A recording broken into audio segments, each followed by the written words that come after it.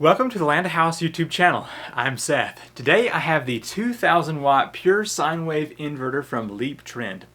Out here in my off-grid studio or storage space, I'm going to be installing this inverter so I can run my studio lights and outlets on the off-grid power. So let's go ahead and do an unboxing of this inverter, take a look at all of its features, install it, and do a test to see how well it performs. All right. Let's jump into it. Let's do an unboxing here and see what the inverter looks like. So first thing I notice, it's nice to have some good thick cables designed for the power that will be produced on this inverter. There is a nice full color manual that gives you some good information there. Little warranty card. It also has a on-off remote switch with a nice long cable. We'll definitely be installing that here in my off-grid shop. And now let's go ahead and pull out the 2000 watt Pure Sine Wave inverter. It's padded well on both sides. There we go. Let's take a closer look at this inverter. It has the LeapTrend logo here on the top. 2000 watt Pure Sine Wave inverter, 12 volts DC input, 110 volts AC output at 60 Hertz. So that's what it looks like here on the top. Let's move over here to the DC input side. So it's got your positive input over here, negative over here, and a ground up top. And it does say, once again, 12 volt DC. You definitely don't want to put any more than a 12 volt battery in here. Over this side, it's got a little cooling port. It's got some mounting holes on the side. Over here, once again, it has another one of these slits for allowing airflow and more mounting options on the side. And now if we move it over to this side, you can see this unit has 3 outlets. These are standard for the US. Over here, you've got your load, neutral, and ground. And that would be for connecting a hard wire to this inverter. Ground fault indicator here, a USB, remote control, and then you've got on, off, or remote settings there, and then a display.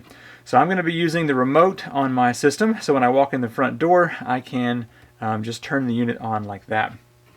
All right, let's check out the bottom.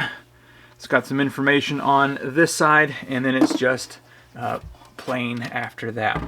So, all right. Well, let's go ahead and hook this up to a battery and see how well this thing performs. Now, to do that battery connection, this unit did come with the cables. And this looks like 4 gauge that's been doubled up. So that should allow this battery to have the amps that it needs flowing through to the inverter. All right, there we go. That's the negative side. And then let's take a look at the remote real quick. Seems like a nice long cord. Now it's got an Ethernet style on this side and a phone on this side, so definitely very specific to this inverter. And as far as the switch goes, it's got the LeapTrend logo, power, looks like fault perhaps, and then on-off, power inverter remote switch. I'm not entirely certain how to mount this. Let's see. Aha. So that will come off. Allows you to put some screws in there, and then you will just get this clicked back into place. Very cool. All right. And as far as the information booklet goes, it's got Pure Sine Wave there. Gives a readout of what each component is here on the inverter. LeapTrend does have options for a 230 volt at 50 Hertz. Doesn't really apply here to where I am. And then you got some display information over here. How to install, how to connect battery. And then back here you got some troubleshooting. And then the very last page, you've got your specifications. For the 2000 watt, you've got 12 volt DC input, 110 volt AC, 4000 watt peak surge, efficiency greater than 90%, 60 or 50 Hertz. Here we go, the wired remote control, 19.8 feet length. I have a 12 volt lithium iron phosphate battery that I'm going to use to test out this inverter. So let's go ahead and get this connected. I'm going to start with the negative side over here. When I open this up, there's just a little terminal screw that needs to be removed here. It does have a washer and a locking washer. And there's also a little negative right here to make sure you know for sure that that is where the negative wire is going to go. So let me go ahead and put these locking washer and regular washer back on here again. Now normally you would put your wire through here first, but I'm just going to be testing this. We'll do that whenever I get the full install to help hide these terminals.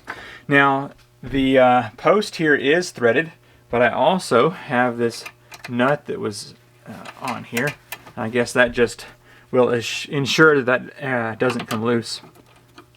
Now I do have the inverter turned to the off position, and let's check that one more time just to make sure here.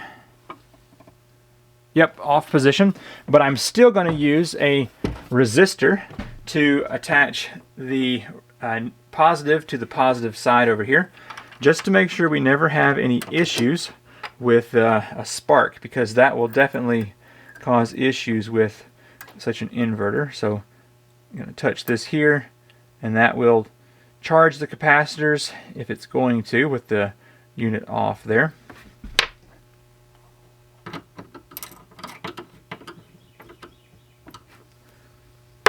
Okay, battery cables are now connected to the inverter. I'm going to turn the inverter on here. Display is popped on. It says the battery is at 13 volts, 120 volts AC output. It's got 10 watts output for just having the unit turned on, and it is set to 60 Hertz. I have got a 200 watt LED panel here, so let's go ahead and plug this up, and that should come on immediately. There we go. All right, and so the display down here is showing 230 watts output. It's got 60 Hertz, 120 volts. Battery dropped to 12.7 there, which is typical. That means this inverter is working properly. Now I am hearing a buzz whenever I turn this light on.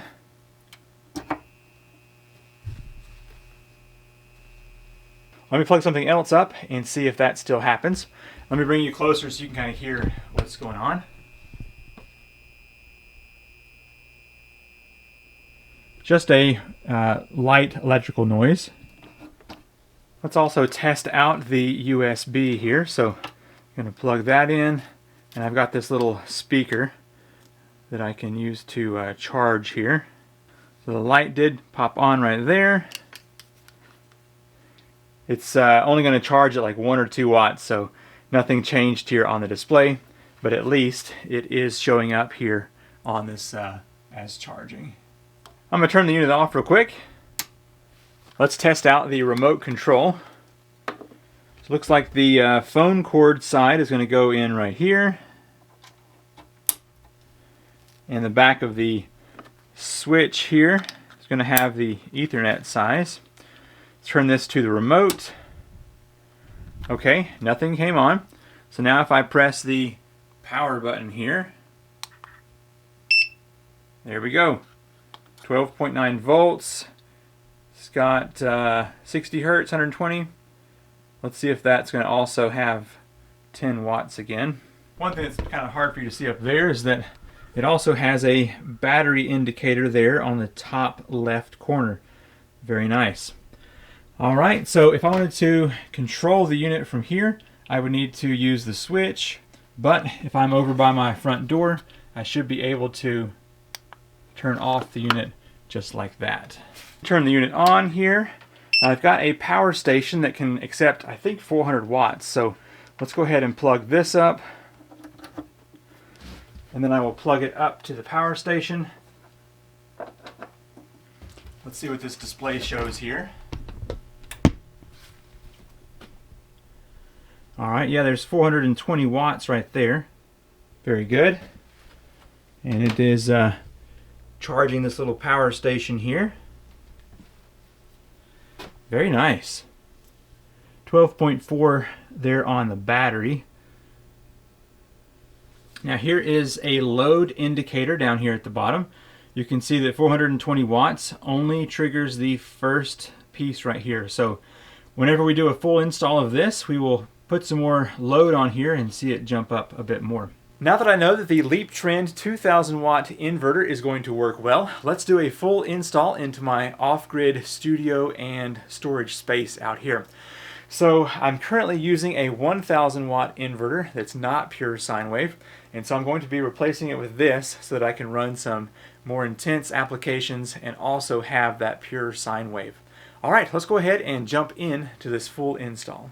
I removed the old inverter that was in here, so let's go ahead and get this into position. I want this to be right up under here, so hopefully that's enough room for the battery cables to move into, and then this over here gives us enough of this wire to get into that hardwired terminal set there. So I need to put screw in over here, and then one over here on this side. Now over here on this side of the inverter, you've got the ground, neutral, and load. And so I'm going to be connecting my system here using this hardwire terminal. Previously I had a plug on here, but I think it's going to be effective just to have this whole system hardwired. Alright, the red wire is going to be the load, so I'm going to clip this right in here.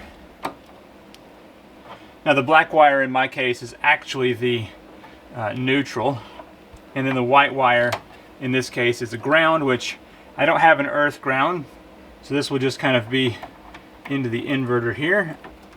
It's pretty simple to get those plugged up. I've not got the battery cables connected to this 200 amp hour battery. It's time to get them onto the inverter.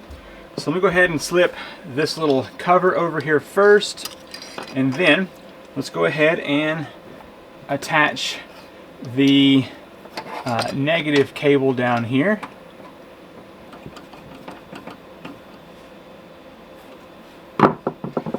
Okay, I can slide that piece of plastic up, and that should cover all of that. Very nice. Alright, let's move up to the next one. Slide that on there. Once again, I'm going to make sure the inverter is turned off. Use my resistor to charge this up if it needs to.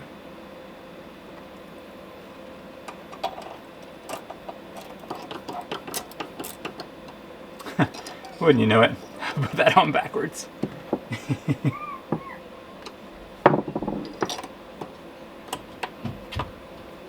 Alright, let me turn this relay back on here. Give that a second. This just prevents the voltage from going too low on the battery if the system is turned on. Alright, let me go ahead and turn on the inverter here.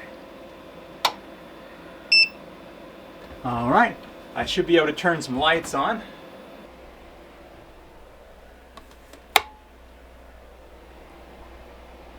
And there we have it.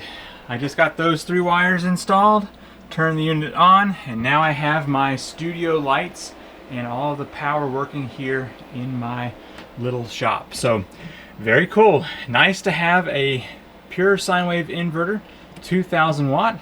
I'm sure I will be able to run lots of good things off of this inverter, and having that clean power will also help the sound quality in here, as those studio lights won't be humming. Nice, very cool. It couldn't be any easier to get those wires installed than just to press them in there.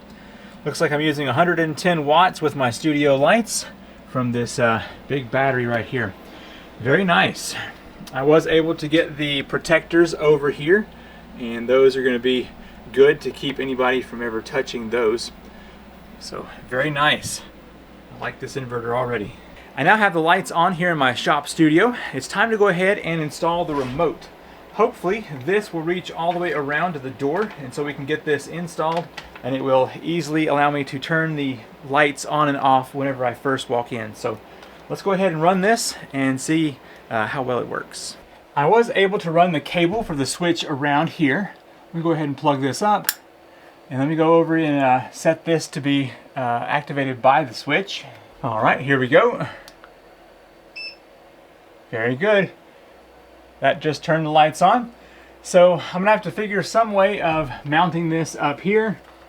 I might make a little box with a laser that can go around this, so I can just reach up, push that button, and be good to go. But anyway, we now know that it's working here, and it's above my door, so pretty easy access to get to. Installing the LeapTrend 2000w Pure Sine Wave inverter was straightforward and easy to do, and so far it has worked flawlessly here for my lights. Now the load we saw was a little over 400 watts, and that worked perfectly, but in a future update I will test out about 1500 watts and see how well it performs with that kind of a load. But so far I like this inverter a lot. If you will, check out the link in the description down below to learn more information about this inverter, and I think you will be pleasantly surprised at how well it operates. I'm Seth with the Land House channel, and I will see you in the next video. Bye. Bonus video, I was having a hard time finding a way to mount the remote to the wall, and so I came up with this. I used my laser to cut out a little box, and that remote will sit down in there. It even has a lid that will close up on there. So the cord comes out this side, and it has the display available there and holes on the sides, so you can just mount this wherever you need to. If you have this inverter and you're going to use the remote, you can check the description down below. I will have these for sale if you need to pick one up. All right, let me show you what it looks like up here, and we will give it a try.